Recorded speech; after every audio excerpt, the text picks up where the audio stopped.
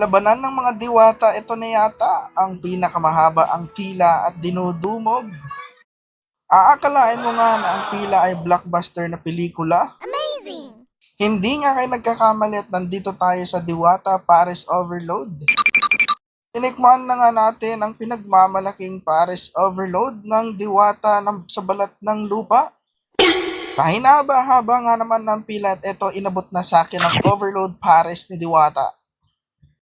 Ano ba na, santos-santisma, ito na nga ang Diwata Overload Paris. At syempre lalagyan na natin yan ng sabaw. Di ka na nga mabibitin dito dahil only sabaw na yan, only rice pa. Siguradong mabubusog ka.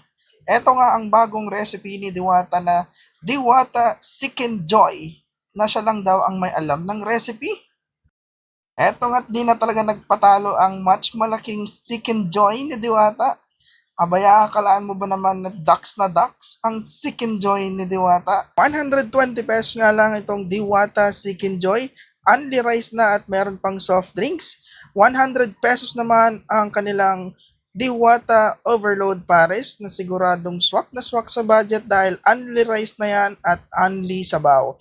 Meron na din yang soft drinks. Kung ayaw nyo ng soft drinks, meron din daw siyang holy water. Ito nga at in-order ko ang kanilang Diwata Chicken Joy at syempre ang Diwata Overload Paris. Dito nga lang yan sa tabi ng GIS Building, JW Jokno Boulevard, Pasay City.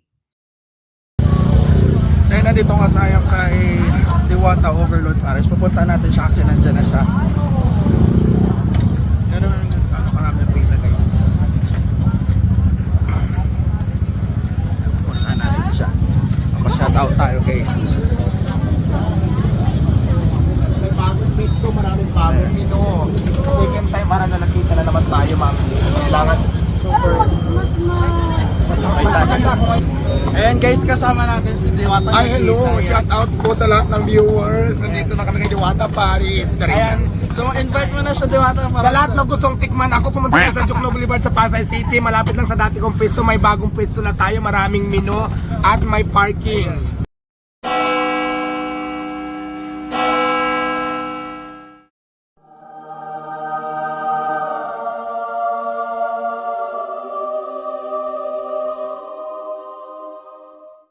Ayan nga ang Diwata Paris Overload.